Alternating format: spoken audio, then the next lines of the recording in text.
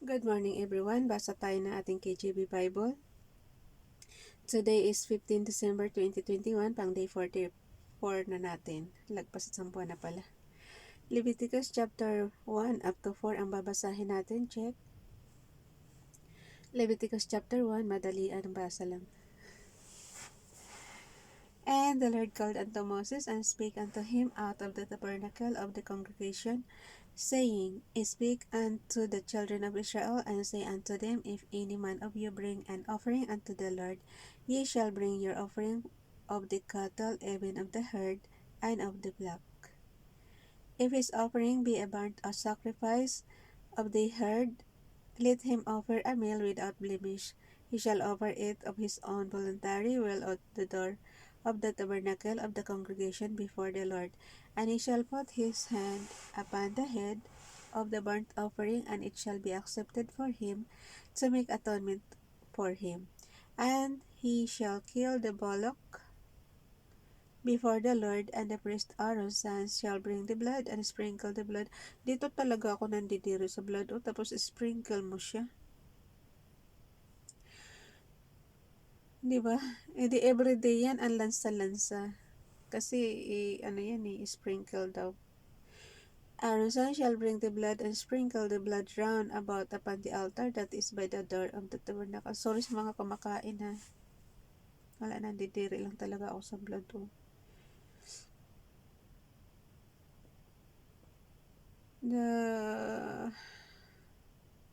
Nawala tuloy ako. Ulit. Verse 5, And he shall kill the bullock before the Lord, and the priest Aaron's son shall bring the blood and sprinkle the blood round about upon the altar and is by the door of the tabernacle of the congregation, and he shall flay the burnt offering and cut into his pieces. And the sons of Aaron the priest shall put fire upon the altar and lay the wood in order upon the fire, and the priest Aaron's son shall lay the parts, the head and the fat in order upon the wood that is on the fire which is upon the altar. Ano to guys, araw-araw silang mag-ano nito pag may offering, kakatay talaga sila.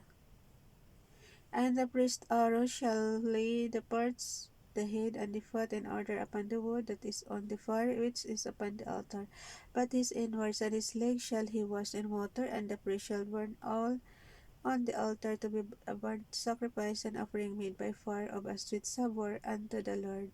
And if his offering be of the flocks, namely of the sheep, or of the goats, for a burnt sacrifice, he shall bring it meal without blemish, and he shall kill it on the side of the altar northward before the Lord. And the priest Aaron's son shall sprinkle his blood round about upon the altar, and he shall cut it into his pieces with his head and his fat, and the priest shall lay them in order on the wood that is on the fire which is upon the altar.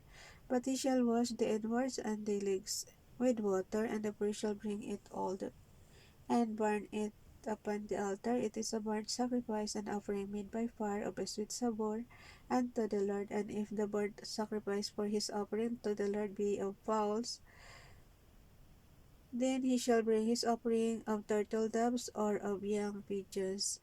And the priest shall bring it unto the altar, and wring off his head, and burn it on the altar, and the blood thereof shall be wrung out at the side of the altar.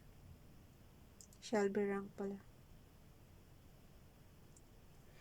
And he shall pluck away his crop with his feathers, and cast it beside the altar on the east part, by the place of the ashes, and he shall cleave it with the wings thereof, but shall not divide it as under, and the priest shall burn it upon the altar upon the wood that is upon the fire. It is a burnt sacrifice, an offering made by fire of a sweet savour unto the Lord.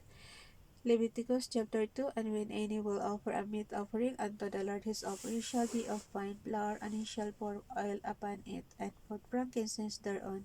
And he shall bring it to Aaron's sons the priest, and he shall take thereout his handful of the flour thereof, and of the oil thereof, with all the frankincense thereof, and the priest shall burn the memorial of it upon the altar to be an offering made by fire of a sweet savour unto the Lord. And the remnant of the meat offering shall be Aaron's and his sons. It is a thing most holy of the offerings of the Lord made by fire. And if thou bring an oblation of a meat offering baken in the oven, it shall be unleavened cakes of fine flour mingled with oil, or unleavened wafers anointed with oil. And if thy oblation be a meat offering baken in a pan, it shall be of fine flour unleavened mingled with oil. Thou shalt part it in pieces and pour all thereon. It is a meat offering. And if thy oblation be a meat offering baken in the frying pan, it shall be made of fine flour with oil. Sorry. Verse 8. And thou shalt bring the meat offering that is made of these things unto the Lord, and when it is presented unto the priest, he shall bring it unto the altar. Oh, wait.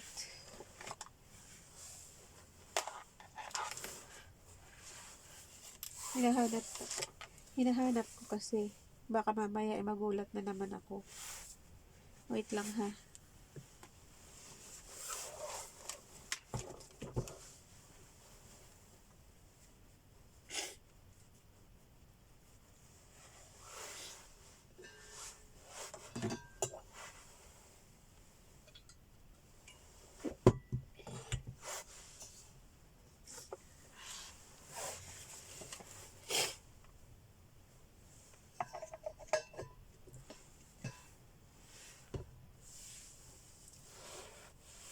Ulit natin yung verse 8. And thou shalt bring the meat offering that is made of these things unto the Lord, and when it is presented unto the priest, he shall bring it unto the altar. And the priest shall take from the meat offering memorial thereof, and shall burn it upon the altar. It is an offering made by fire of a sweet savour unto the Lord. And that which is left of the meat offering shall be Aaron's and his sons. It is a thing most holy of the offerings of the Lord made by fire. No meat offering which ye shall bring unto the Lord shall be made with leaven. For ye shall burn no leaven, nor any honey, or any offering of the Lord made by fire. As for the oblation of the first fruits, Father God, paano mo yan makakain? Hindi ka naman kumakain yan. Yung ino-offer ba? Opinion ko lang yung guys kasi nag-ano sila dito sa... Kaya nga ito yung sinasabi ko Kasi yan talaga oras ng alarm ko. Yun. Wala naman pasok ngayon kaya okay lang sila. Okay lang ako malate. As for the oblation of the first fruits, ye shall offer them unto the Lord, but they shall not be burned on the altar for a sweet savour. Verse 13. And every oblation of thy meat offering shall thou season with salt, neither shalt thou suffer the salt of the covenant of thy God to be lacking from thy meat offering. With all thine offerings thou shalt offer salt. And if thou offer a meat offering of thy first fruits unto the Lord, thou shalt offer for the meat offering of thy first fruits green ears of corn dried by the fire, even corn beaten out of full ears. And thou shalt... So, hindi ka pala basta-basta talaga mag-offering. Ito, gawa ng mga, di ba pare si priest, si Aaron. So, yun. Hindi basta-basta mag-offering, guys. Pinipili ni Father God. Unang-una, walang blemish yung mo, i-offer mo. And if thou...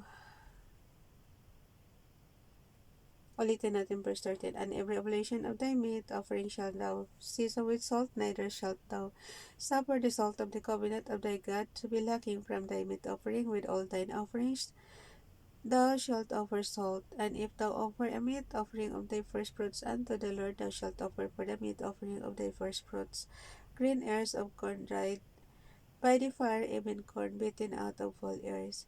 And thou shalt put oil upon it, and lay frankincense thereon. It is a meat offering. And the priest shall burn the memorial of it, part of the beaten corn thereof, and part of the oil thereof, with all the frankincense thereof. It is an offering made by fire unto the Lord. Guys, sa panahon natin ngayon, wala ako nakikita nag-o-offer ng buong sa sobrang mahal. Yung buong animal. Sa sobrang mahal ngayon, ewan ko na lang kung may makapag-offer doon sa yung katulad ng ginagawa ng pare ni na Aaron. Diba kinakatay talaga na tapos sprinkle yung mga blood doon sa tabernacle. Leviticus chapter 3, and if his oblation be a sacrifice of peace offering. Kasi ang 1 kilo lang ngayon ng meat is sobrang mahal na. Eh, how much more kung bibili ka ng buo niyan? Leviticus chapter 3, and if his oblation be a sacrifice of peace offering, if he offer it for of the herd, whether it be a male or female, he shall offer it without blemish before the Lord, and he shall lay his hand upon the head of his offering and kill it at the door of the tabernacle of the congregation, and Aaron's sons the priest shall sprinkle the blood upon the altar round about. Ang yayaman talaga nila noong araw, promise. Buo-buo ko mag-sacrifice. And he shall offer of the sacrifice of the peace offering an offering made by fire unto the Lord, the fat that covereth the inwards, and all the fat that is upon the inwards, and the 2 kidneys, and the fat that is on them, which is by the planks, and the caul above the liver, with the kidneys it shall he take away. And Aaron's son shall burn it on the altar upon the burnt sacrifice, which is upon the wood that is on fire. Wait lang.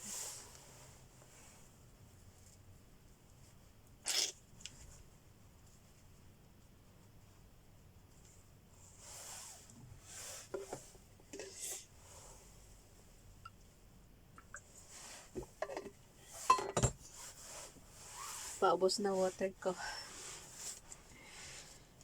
Okay, ulit.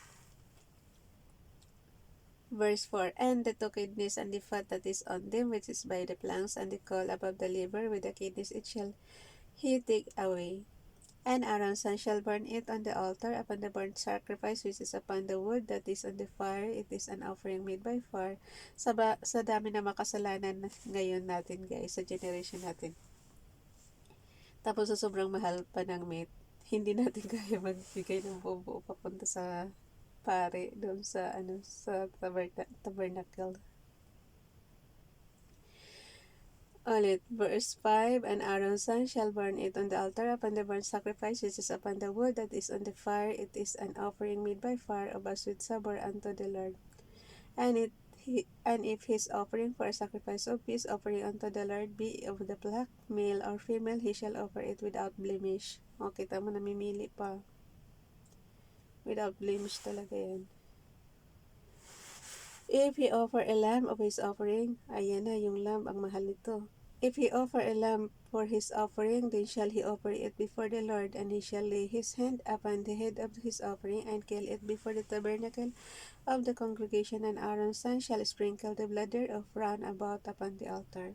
And he shall offer of the sacrifice of the peace offering, an offering made by fire unto the Lord, the fat thereof, and the whole rump it shall he take off hard by the backbone, and the fat that covereth the inwards, and all the fat that is upon the inwards, and the 2 kidneys, and the fat that is upon them, which is by the flanks, and the caul above the liver, with the kidneys it shall he take away. And the priest shall burn it upon the altar. It is the food of the offering made by fire unto the Lord. And if his offering be a goat, then he shall offer it before the Lord, and he shall lay his hand upon the head of it, and kill it before the tabernacle of the congregation. And the sons of Aaron shall sprinkle the blood thereof upon the altar round about, and he shall offer thereof his offering, even an offering made by fire unto the Lord, the fat that covereth the inwards, and all the fat that is upon the inwards, and the 2 kidneys, and the fat that is upon them, which is by the flanks, and the caul above the liver, with the kidneys it shall he take away. And the priest shall burn them upon the altar. It is the food of the offering made by fire for a sweet savour. All the fat is the Lord's. It shall be a perpetual statute for your generations throughout all your dwellings, that ye eat neither fat nor blood. Chapter 4 ng Leviticus.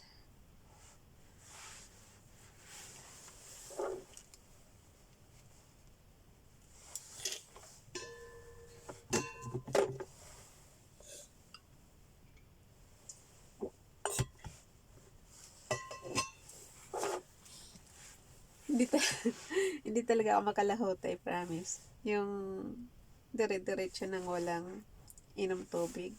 Hindi kaya kasi yung lalamunan ko. Mabilis matuyo. Leviticus chapter 4.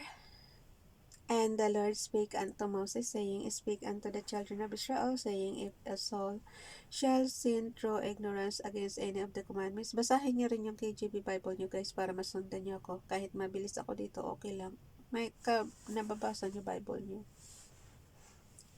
Leviticus chapter 4. And the Lord spake unto Moses, saying, Speak unto the children of Israel, saying, If a soul shall sin through ignorance against any of the commandments of the Lord, concerning things which ought not to be done, and shall do against any of them, if the priest that is anointed do sin according to the sin of the people, then let him bring for his sin which he hath sinned a young bullock without blemish unto the Lord for a sin offering.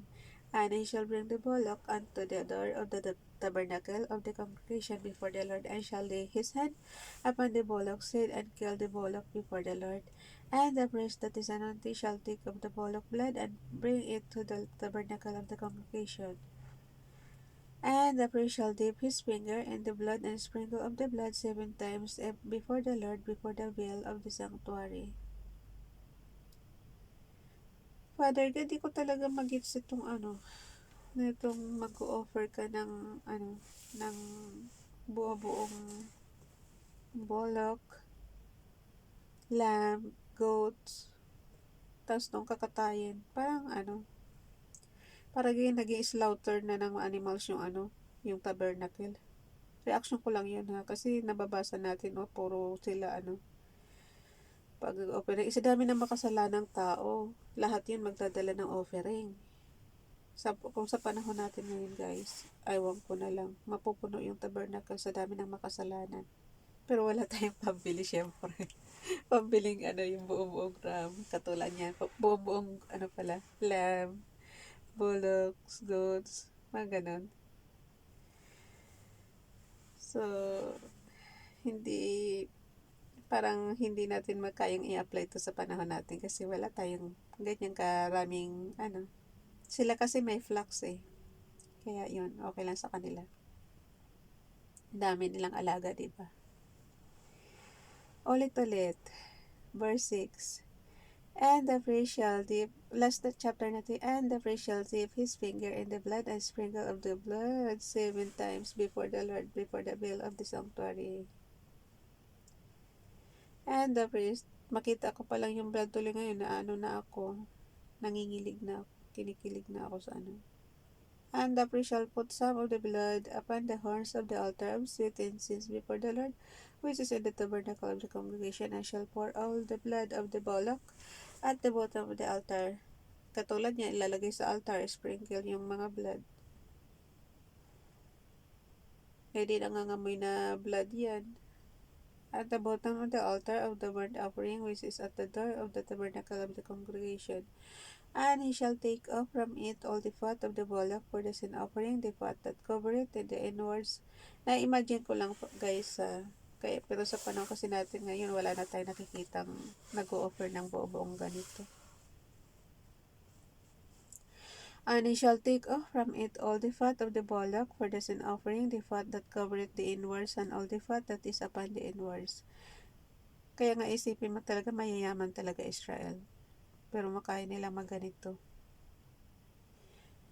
And the two kidneys and the fat that is upon them, which is by the flanks, and the caul above the liver with the kidneys, it shall he take away, as it was taken off from the bullock of the sacrifice of peace offering, and the priest shall burn them upon the altar of the burnt offering.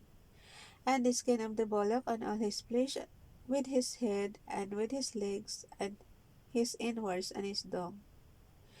Even the whole bullock shall he carry forth without the cup unto a clean place, where the ashes are poured out, and burn him on the wood with fire, where the ashes are poured out shall he be burned.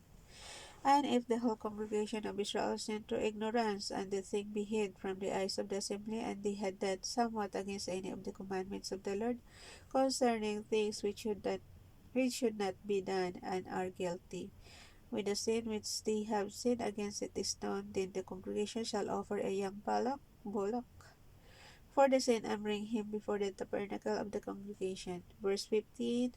And the elders of the congregation shall lay their hands upon the head of the bullock before the Lord, and the bullock shall be killed before the Lord.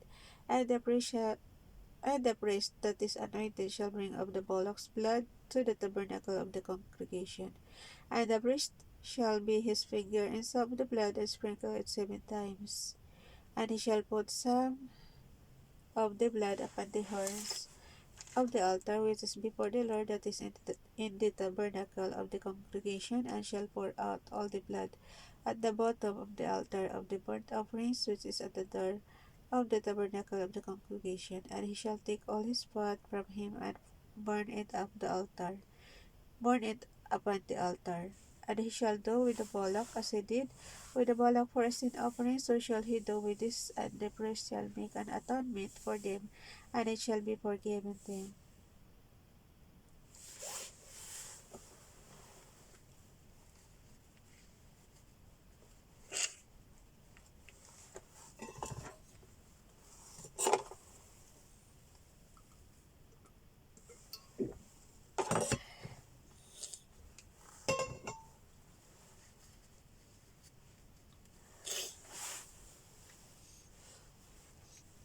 Balot na nga ako eh. Ramdam ko pa rin yung lamig. Mahina talaga ako sa lamig. Kaya ganyan. Kahit malutin ko sarili ko. Okay, verse 21.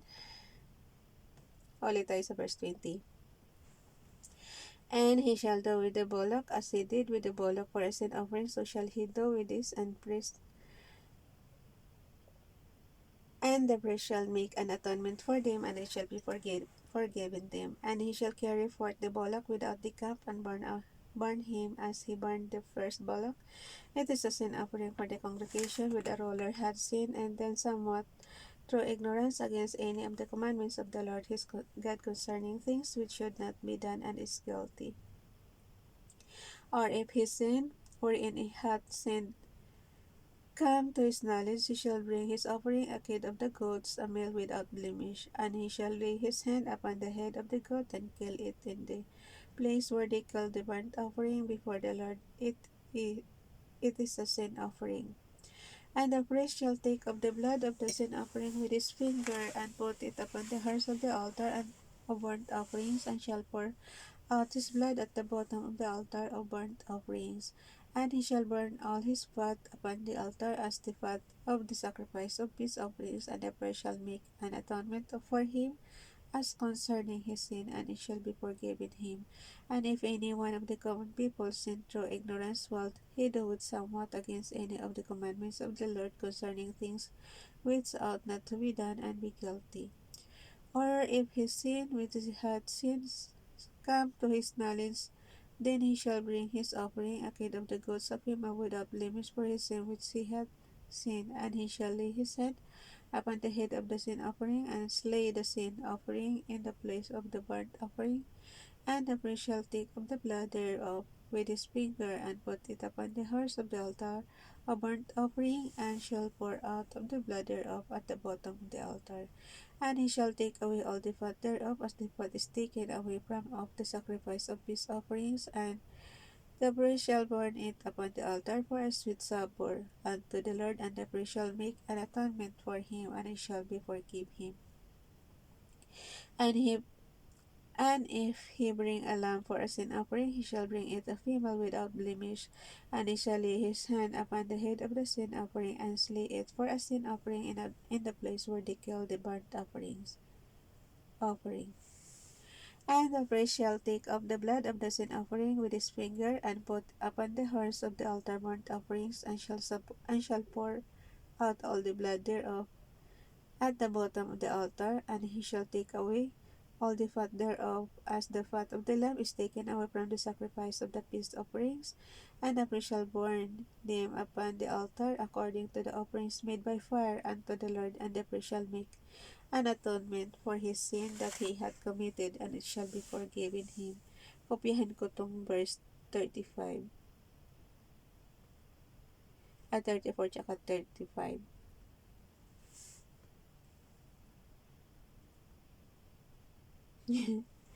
Para alam natin yung gawain ng priest about sa mga sin natin. Pero nakikita ko, wala na talaga ako nakikita ang nagdadala ng ganyan. Bye everyone. God bless.